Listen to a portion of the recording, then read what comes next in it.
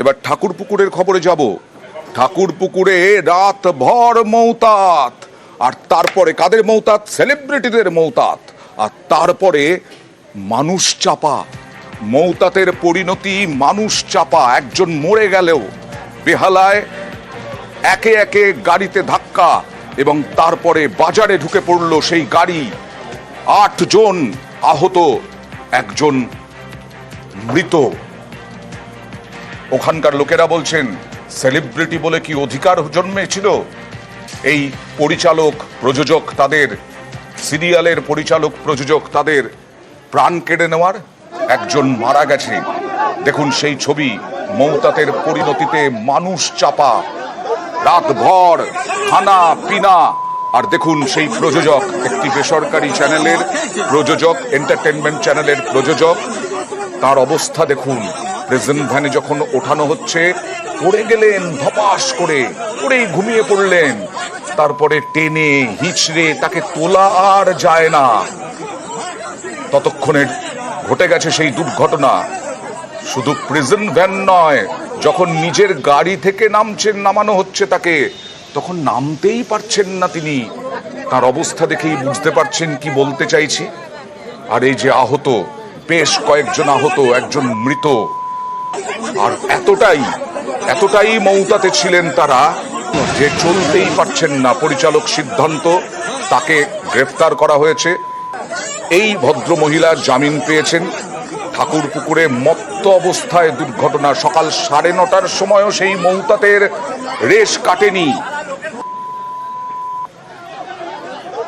ওই দিক দিয়ে আমার মামাকে অ্যাক্সিডেন্ট করতে করতে আসছে, করে মামা ওখানে পড়েছিল। লাস্ট এখানটায় এত গতিতে ছিল, প্রায় 70-80-তে গতিতে ছিল। একটা স্কুটি ছিল, দিয়ে স্কুটিটায় ঢুকে যেতে গাড়িটা আটকে যায়। নাহলে গাড়ির স্পিডটা আরো 4-5 জন যেত। ছেলে গত সপ্তাহে বিয়ে মিষ্টির অর্ডার দিতে যাচ্ছিল। গাড়িতে 4 জন ছিল, 2টো লেডিস আর 2টো ড্রাইভার পালিয়ে গেছে। যে আরেকজন ছিল সেলিব্রিটির লোক, তাই ধরা পড়েছে। এত নেশা করেছিল সে, মানে দাঁড়াতে পারছে না, গাড়িতে উঠতে পারছে না। গাড়ির মধ্যে মদের বোতল ছিল, তারপর গেঁয়া ছিল।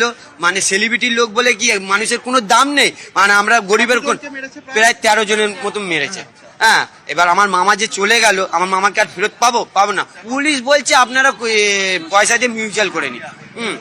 হ্যাঁ, আমি আর আমার বন্ধু বাইকে করে একটু আগে যাচ্ছিলাম, মিষ্টির দোকান পর্যন্ত যাব। দেখছি গাড়িটা প্রথম একজনকে মারলো, আরেকজনকে মারলো, মেরে এত স্পিডে এসে আমার বাইকে মেরেছে। আমি বাইকে মারতে আমি তখন উল্টে পড়ে যাই। তারপরে আমার আর কোনো জ্ঞান নেই। আর আমার বন্ধু আমার পাশে দাঁড়িয়েছিল। ব্রেক ফেল করে অ্যাক্সিডেন্ট হয়েছে, আপনি কি বলবেন? না, ব্রেক ফেল হয়নি, এটুকু আমি 100% আপনাদের বলতে পারি। কারণ গাড়িটা ও ব্রেক মেরে দাঁড়িয়েছিল, তারপরে স্পিডে বার হয়েছে, সেটা সেই পর্যন্ত আমি দেখেছি। এবং একবার এদিকে করছে, একবার ওদিকে করছে। অভিনেতা রি, তিনিও ছিলেন ওই গাড়িতে সিদ্ধান্তর সঙ্গে, শ্রিয়ার সঙ্গে, প্রযোজক শ্রিয়ার সঙ্গে।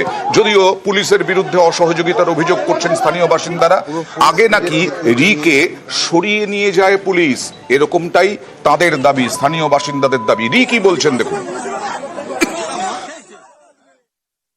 আমি মানসিকভাবে এখন আমি কি জানি না আমি কি বলবো। আমি খুব সরি যে এই ঘটনাটার জন্য, এটুকুই বলতে চাই। আর ঠাকুরপুকুরের ঘটনায় সরব স্বস্তিকা মুখোপাধ্যায়। কেন অভিযুক্তদের কড়া শাস্তি নয়, সোশ্যাল মিডিয়ায় বিরাট পোস্ট করে প্রশ্ন তুললেন স্বস্তিকা মুখোপাধ্যায়। আরজি করের প্রসঙ্গ তুললেন কুণাল ঘোষ। সেই সময় সেলিব্রিটিরা দলে দলে রাস্তায় নেমেছিলেন। কেন প্রতিবাদ করছেন না সেলিব্রিটিরা, প্রশ্ন তুললেন কুণাল ঘোষ। অভিযুক্তদের উপযুক্ত শাস্তির দাবি লকেট চট্টোপাধ্যায়ের। কলকাতা শহরে টালিগঞ্জে টলিউডের পরিচালক, অভিনেতা, অভিনেত্রী গাড়িতে মদ্যপ অবস্থায় পিষে মেরে দিল একজনকে। সেই টলিউডের তারা কোথায় গেলেন যারা কমাস আগেও রাস্তায় নেমে নানা অঙ্গভঙ্গি করে বড় বড় কথা বলছিলেন?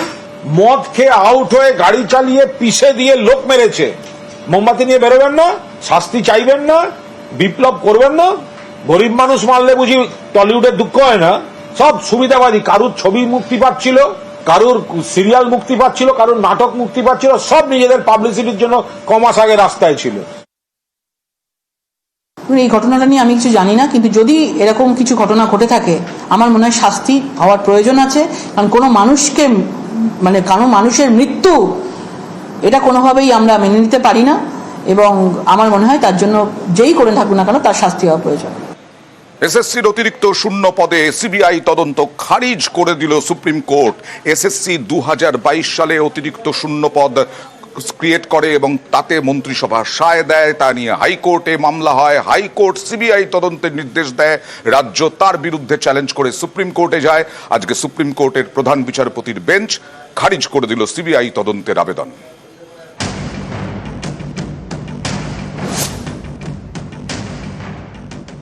এসএসসি নিয়োগে অতিরিক্ত শূন্যপদ তৈরি করে রাজ্য সরকার। মন্ত্রিসভা ছাড়পত্র দেয়। এর বিরোধিতায় মামলা হয় কলকাতা হাইকোর্টে। সিবিআই তদন্তের নির্দেশ দেয় হাইকোর্ট, যা মঙ্গলবার খারিজ করে দিল দেশের শীর্ষ আদালত। এদিন সুপ্রিম কোর্টের প্রধান বিচারপতি সঞ্জীব খান্না বলেন, সংবিধানে উল্লেখ রয়েছে মন্ত্রিসভার যে সিদ্ধান্তে রাজ্যপালের সিলমোহর রয়েছে তা নিয়ে তদন্ত হতে পারে না। অতিরিক্ত শূন্যপদ নিয়ে সিবিআই তদন্তের নির্দেশ খারিজ করছি। এই সবের সূত্রপাত 3 বছর আগে 2022-এর 19 মে অতিরিক্ত শূন্যপদ নিয়ে বিজ্ঞপ্তি দেয় রাজ্য সরকার। বিজ্ঞপ্তিতে রাজ্য জানায় অতিরিক্ত শূন্যপদে বঞ্চিত চাকরি প্রার্থীদের সুযোগ দেওয়া হবে, কিন্তু এসএসসি জানায় দুর্নীতির অভিযোগে চাকরি হারালে তাঁদেরও অতিরিক্ত শূন্যপদে নিয়োগের কথা ভাবা হচ্ছে। এর বিরোধিতা করেই কলকাতা হাইকোর্টে মামলা হয়। 2022-এর 23 নভেম্বর এই মামলায় সিবিআই তদন্তের নির্দেশ দেন বিচারপতি অভিজিৎ গঙ্গোপাধ্যায়। এই নির্দেশকে চ্যালেঞ্জ করে ডিভিশন বেঞ্চে যায় রাজ্য। সিঙ্গল বেঞ্চের রায় বহাল রাখে ডিভিশন বেঞ্চ। রাজ্য তখন সুপ্রিম কোর্টে যায়। 2022-এর 25 নভেম্বর কলকাতা হাইকোর্টের রায়ে স্থগিতাদেশ দেয় সুপ্রিম কোর্ট। মঙ্গলবার প্রধান বিচারপতি সঞ্জীব খান্নার বেঞ্চে এই মামলার শুনানি হয়। তিনি বলেন, বিচার বিভাগ সাধারণত মন্ত্রিসভার সিদ্ধান্তে হস্তক্ষেপ করে না।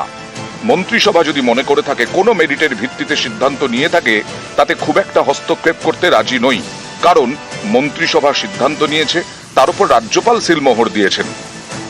মামলাকারীদের আইনজীবী বিকাশ রঞ্জন ভট্টাচার্য তখন বলেন, সিঙ্গল জাজের সামনে এসএসসি স্বীকার করেছে যে বেআইনিভাবে নিয়োগের জন্য চাকরি গেলে তাদের যাতে ফের নিয়োগ করা যায় সেই লক্ষ্যেই অতিরিক্ত শূন্যপদ তৈরি করা হয়েছে।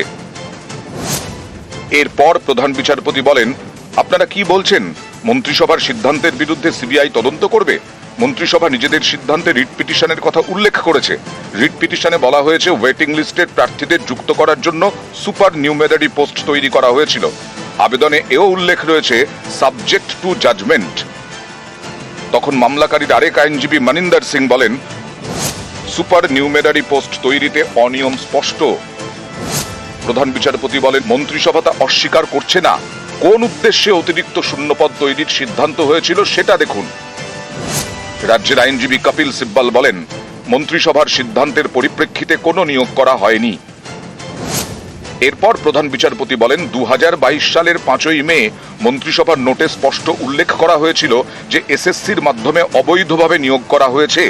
সুপ্রিম কোর্ট মনে করছে অতিরিক্ত শূন্যপদ তৈরি নিয়ে কলকাতা হাইকোর্টের সিবিআই তদন্তের নির্দেশ যুক্তিযুক্ত নয়।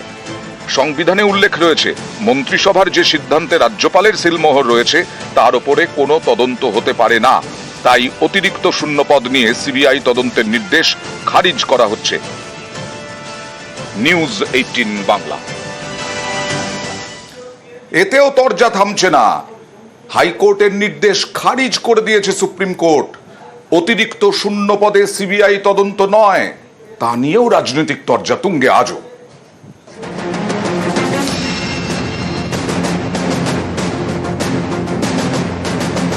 রাজ্য মন্ত্রিসভা তৈরি করে অতিরিক্ত শূন্যপদ। 2022 সালে এই অতিরিক্ত শূন্যপদ নিয়ে সিবিআই তদন্তের নির্দেশ দেয় হাইকোর্ট। এ নিয়ে বিকাশ রঞ্জন ভট্টাচার্যের সুর ছিল সপ্তমে। সুপারনিউমারি পোস্ট করে সবাইকে চাকরি দেবেন, তারা চাকরি প্রার্থীদের বোকা বানানোর চেষ্টা করছে, কিংবা আরেকটা দুর্নীতির পথ খোলার চেষ্টা করছে। দেখুন, সরকারি চাকরিতে না একটা কাডার থাকে, অর্থাৎ কতজন কর্মী থাকবে তাতে নির্দিষ্ট সিদ্ধান্ত থাকে। অনেক সময় দেখা যায় কাজ করতে গেলে পরে এরকম 1 2 তারা হয়তো বাড়তি হয়ে গেছে। সেই বাড়তি যারা হচ্ছে তাদের চাকরি টিকিয়ে রাখার জন্য একটা সুপারনিউমারি পোস্ট করে। সেটা একটা ব্যাপক নিয়োগের ক্ষেত্রে কখনো করা যায় না। সেই পদ্ধতিকে বাদ দিয়ে আমি আজকে 5000 সুপারনিউমারি পোস্ট তৈরি করব, সেটা তো প্রকৃতপক্ষে যে আইন, সেই আইনটাকেই লাথি মারা হচ্ছে। এই কাজ রাজ্য সরকার করতে পারেন না। যখন ওরা ডিসিশন নিয়েছিল তখন ওরা টেন্ডেড আনটেন্ডেড ভাবছিল, ওদের যে ডিসিশন সেটাও কলকাতা হাইকোর্টের রিট পিটিশন পেন্ডিং আছে, তাতে বিচার হবে, কিন্তু সিবিআই ইনভেস্টিগেশনটা হবে না। ক্যাবিনেটে যখন নোট তৈরি হয়েছিল তখন এটাও বলা হয়েছিল কি subject to the final judgment of the Calcutta high court. সেই জন্য এই যে ওই ডিসিশনটাও ফাইনাল নয়, যেহেতু হাইকোর্টে পেন্ডিং আছে, সেখানে বিচার হবে।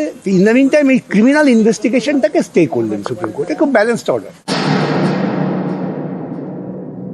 স্থানীয় লিগে আমরা দেখতে পাই, আমরা দেখেছি ফুটবলে বিকাশ পাস বাড়ায়, কৃষাণু গোল করে, এত ভালো টিউনিং, দুজনে এত ভালো সেটিং বিকাশ কৃষাণু। ন্যাশনাল লিগে গিয়ে দেখা গেল যে কৃষাণু খেলা ছেড়ে দিয়েছে বা অবসর নিয়েছে বা পেশা পাল্টে ফেলেছে, তখন বিকাশ কাকে বল দেবে? কৃষাণু নেই, মাইনাস করছে, কেউ গোল করতে পারছে না, তাহলে বিকাশ ওনার এখন কি করা উচিত? ওনার স্থানীয় গজু বসু, পল্টু দাস, এদের বলা উচিত অন্তত একটা চিমা যেন মোতায়েন করে, মানে যা পাস বাড়াবো, কৃষাণু তো নেই, পেশা পাল্টে ফেলেছে। বছর তিনেক আগে এসএসসি নিয়োগে অতিরিক্ত শূন্যপদের ছাড়পত্র দেয় রাজ্যের মন্ত্রিসভা। এ নিয়ে মামলা হয়, সিবিআই তদন্তের নির্দেশ দেয় কলকাতা হাইকোর্ট, যা মঙ্গলবার খারিজ করে দিয়েছে সুপ্রিম কোর্ট। আমি এই রায়ের ফলে খুব আনন্দিত। বিচারপতি অভিজিৎ গাঙ্গুলি তিনি থাকার সময় যে পক্ষপাতদুষ্ট রায় দিয়েছিলেন সেটা শেষ হল। আমরা যে বারবার বলছিলাম যে হাইকোর্টের একটা অংশ পক্ষপাতদুষ্ট রায় দিচ্ছে, সেটা তো প্রমাণ হল। এর ফলে প্রমাণ হলো যে সরকার যে সুপারনিউমারি পোস্ট তৈরি করেছিল সেগুলো বৈধ এবং এদের চাকরি দেওয়ার পদ্ধতিটা শুরু করা যাবে। ক্যাবিনেটের ক্ষমতা আছে সুপারনিউমারি পোস্টও তৈরি করতে। সিবিআই কে যদি পাওয়ার দিয়ে দেওয়া হয় ক্যাবিনেটের ইয়েকে ইনভেস্টিগেট করবে, তো মারাত্মক ইনসিডেন্ট হয়ে যাবে, তাহলে কোনো ক্যাবিনেটই কাজ করতে পারবে না। তাই জন্য অর্ডারটা খারিজ করেছে উনি। আর আরেকজন বড় নেতা বিজেপি যে বলেছিল না হোল ক্যাবিনেটকে জেলে ঢোকাবো এই সিবিআই ইনভেস্টিগেশনে, গালে কেমন চুন পড়ে গেল বলো। এই রায় আমরা কেন ধাক্কা খাবো? আমাদের ধাক্কা হওয়ার প্রশ্নটা কি? এখনই জেলে যাবেন না, পরে যে যাবেন না তার তো কোনো গ্যারেন্টি নেই, কারণ এখানে পুরো ক্যাবিনেটকে থেকে অব্যাহতি দেওয়া হলো। কিন্তু এছাড়াও তো হাইকোর্টে বিভিন্ন ধরনের মামলা চলছে, দুর্নীতির মামলা চলছে, সিবিআই এর ইনভেস্টিগেশন চলছে, ইডির ইনভেস্টিগেশন চলছে, সেগুলো তো বন্ধ হলো না, সেই ইনভেস্টিগেশন তো চলবেই। নিউজ 18 বাংলা। গতকালই চাকরিহারাদের মুখ্যমন্ত্রী নেতাজি ইন্ডোর স্টেডিয়াম থেকে পরামর্শ দেন স্কুলে গিয়ে পড়ানোর, আর তা নিয়ে মিশ্র প্রতিক্রিয়া তৈরি হয়েছে। বিভিন্ন জেলায় দেখা গেছে বেশ কয়েকজন চাকরিহারা তারা ক্লাস নিয়েছেন পর্যন্ত, আবার অন্য জায়গায় জানিনি স্কুলে। আপনাদের তো কেউ চাকরি টার্মিনেট করেনি এখনো পর্যন্ত, করেছে কি? কোন নোটিশ পেয়েছেন? আপনার বিরুদ্ধে দুর্নীতি না যদি প্রমাণ করতে পারে তো কি আপনাকে কেউ যেতে বারণ করেছে? আপনি আপনার কাজ করুন না, আপনার কাজ কে বারণ করেছে? ভলেন্টারিলি সার্ভিস কিন্তু সবাই দিতে পারে। সোমবার এই বার্তা দেন মুখ্যমন্ত্রী। পরের দিন কোথাও কোথাও স্কুলে ফিরলেন শিক্ষকরা। যেন আমাদের সম্মান ফিরে আসে। মুর্শিদাবাদের রঘুনাথগঞ্জের সেকেন্দ্রা হাই স্কুল, সুপ্রিম কোর্টের রায়ে এই স্কুলের 44 জনের মধ্যে 17 জন শিক্ষকের চাকরি গিয়েছে। মঙ্গলবার তাদের মধ্যে 2 জন শিক্ষক স্কুলে ফেরেন, সহকর্মীদের সঙ্গে সৌজন্য সাক্ষাৎ করেন। স্কুলে ঢুকে এক শিক্ষকের চোখে জল। আমাদের কারো কিন্তু আপনার সিবিআই যে টেন্টেড লিস্ট যেটা আছে সেখানে কিন্তু কারো নাম নেই। আমাদের প্রত্যেকের কাছে আমাদের কিন্তু হচ্ছে নথি, যেটাকে বলা হয় ওএমআরসি, একবার যেটা এসএসসি করা হয়েছে, যেটা পাবলিশ করা হয়েছিল, সেটা কিন্তু আমাদের সকলের কাছে আছে। সামনের দিনে আমরা আশা করব যেন আমাদের সম্মান ফিরে আসে।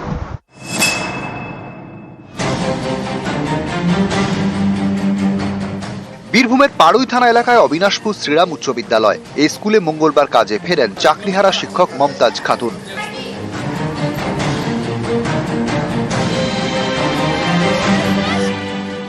শিউড়ির পুরন্দরপুর উচ্চ বিদ্যালয়, এদিন এই স্কুলে ফেরেন চাকরিহারা শিক্ষক নিমাই দাস এবং এক গ্রুপ ডি কর্মী।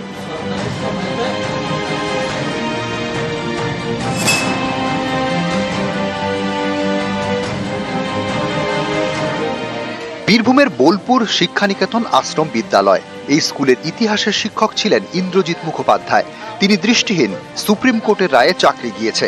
মঙ্গলবার তিনিও স্কুলে যান, পরীক্ষাও নেন।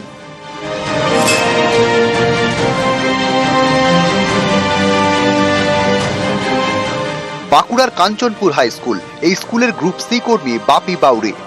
চাকরিহারা বাপি মঙ্গলবার স্কুলে যান।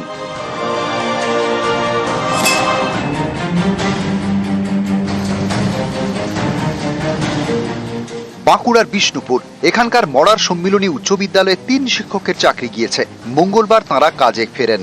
তাঁদের দাবি পড়ুয়াদের ভবিষ্যতের কথা ভেবেই স্কুলে ফিরেছেন।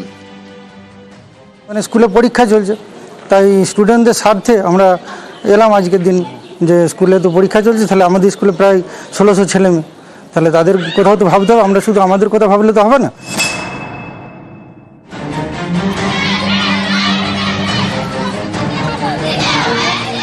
আলিপুরদুয়ারের ফালাকাটা, এখানেই প্রমোদনগর উচ্চ বিদ্যালয়। সুপ্রিম রায় এই স্কুলে 2 জন শিক্ষকের চাকরি গিয়েছে। তাদের ফেরানোর দাবিতে পথে নামে পড়ুয়ারা। প্রমোদনগর মোড় অবরোধ করে, কর্মবিরতি পালন করেন অন্য শিক্ষকরা।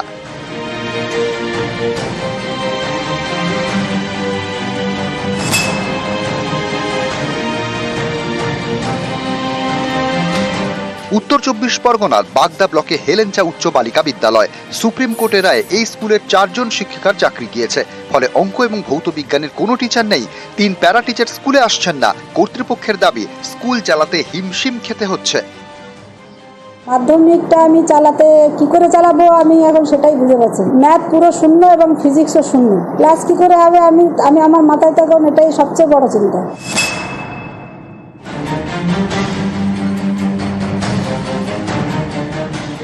আসানসোলে রানীগঞ্জে বাসন্তী দেবী বিদ্যালয়। এই স্কুলে 27 জন শিক্ষক শিক্ষিকার মধ্যে 12 জনের চাকরি গিয়েছে। এখানেও স্কুল চালাতে সমস্যায় পড়ছেন প্রধান শিক্ষক।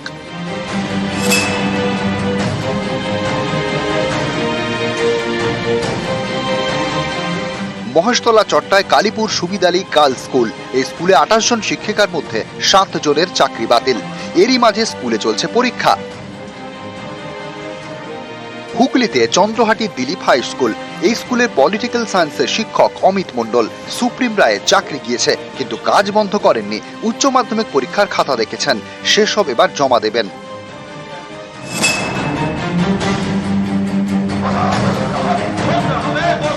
চাকরি ফেরাতে হবে, এই দাবিতে পশ্চিম মেদিনীপুর জেলা স্কুল পরিদর্শকের অফিসের সামনে বিক্ষোভ। গেটে তালা ঝুলিয়ে দেন চাকরিহারারা।